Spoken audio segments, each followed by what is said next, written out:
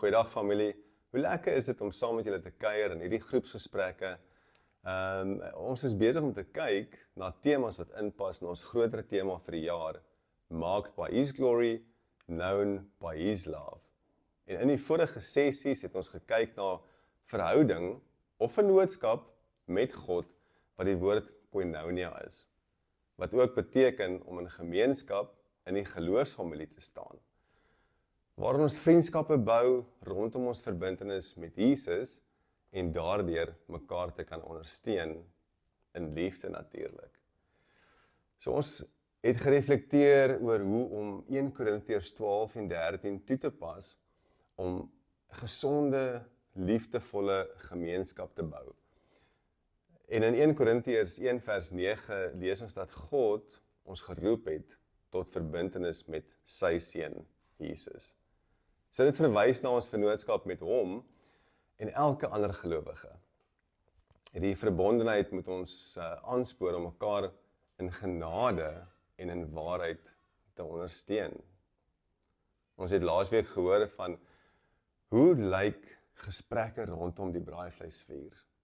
Daar waar jy 'n bietjie meer informeel kan wees en ek hoop dat van hierdie gesprekke vind plaas rondom 'n braaivleisvuur. En as dit nie doen nie, is dit dalk 'n goeie gedagte vir 'n volgende kuier saam. Maar ons gebed vir hierdie reis is dat ons gemaklik genoeg met mekaar sal wees om in gesprekke te wees waar jy so 'n bietjie meer informeel kan kuier. Waar jy in gesprekke kan wees, waar jy om die braaivleisvuur eerlik met mekaar kan wees. Dat jy met mekaar kan deel wat die Here aan jou openbaar, maar ook as jy insig nodig het, om vrymoedigheid te hê, om nog gesprekke oop te maak met ander gelowiges.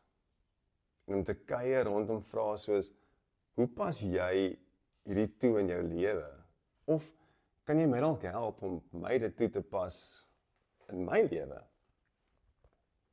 Kom ons gebruik dan sommer hierdie geleentheid om die gesprek bietjie verder te vat en vir mekaar te vra, wat beteken dit vir jou om deel van hierdie gemeenskap te wees?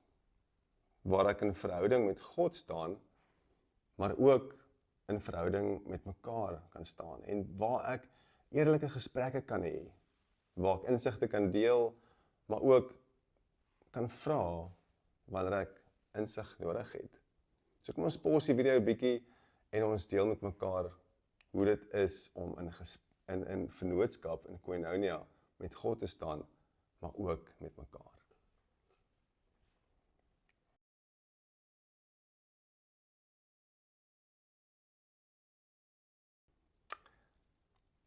Welkom terug julle.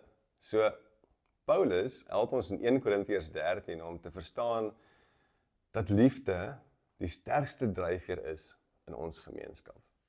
Hy lig so mooi uit dat die gemeente bietjie verdwaal het en hulle moet besef hulle het verdwaal voor hy dan die padkaart uithaal om vir hulle te wys.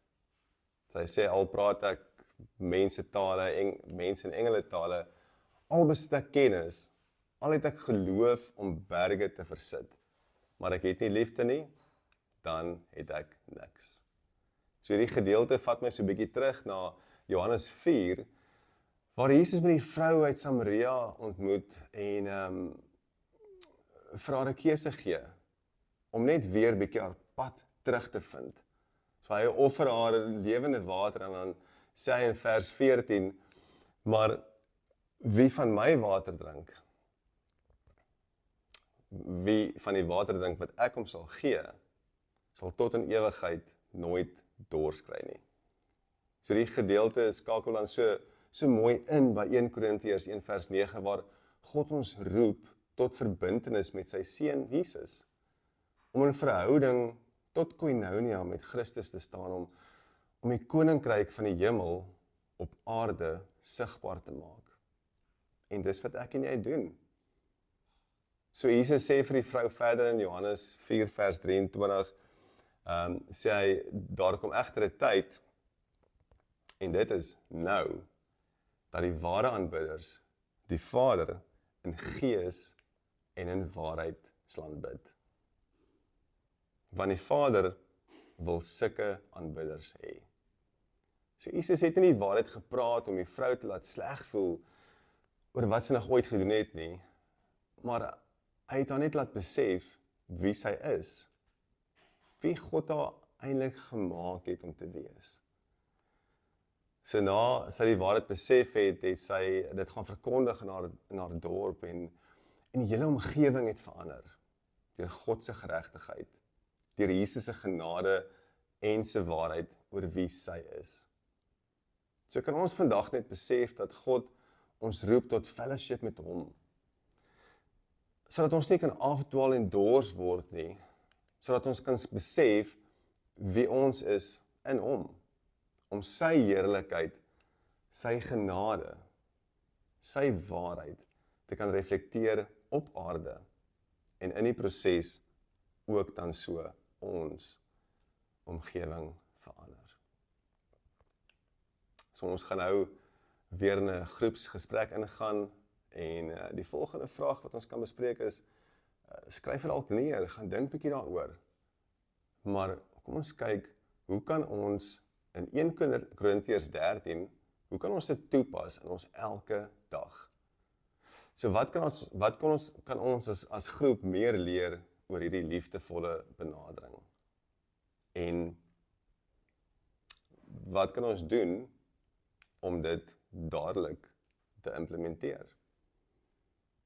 So kom ons gaan ons gesprekke in en mag die Here jou help om te verstaan dat dit goed is om in fellowship met hom te wees en dat dit goed is om in fellowship met mekaar te wees.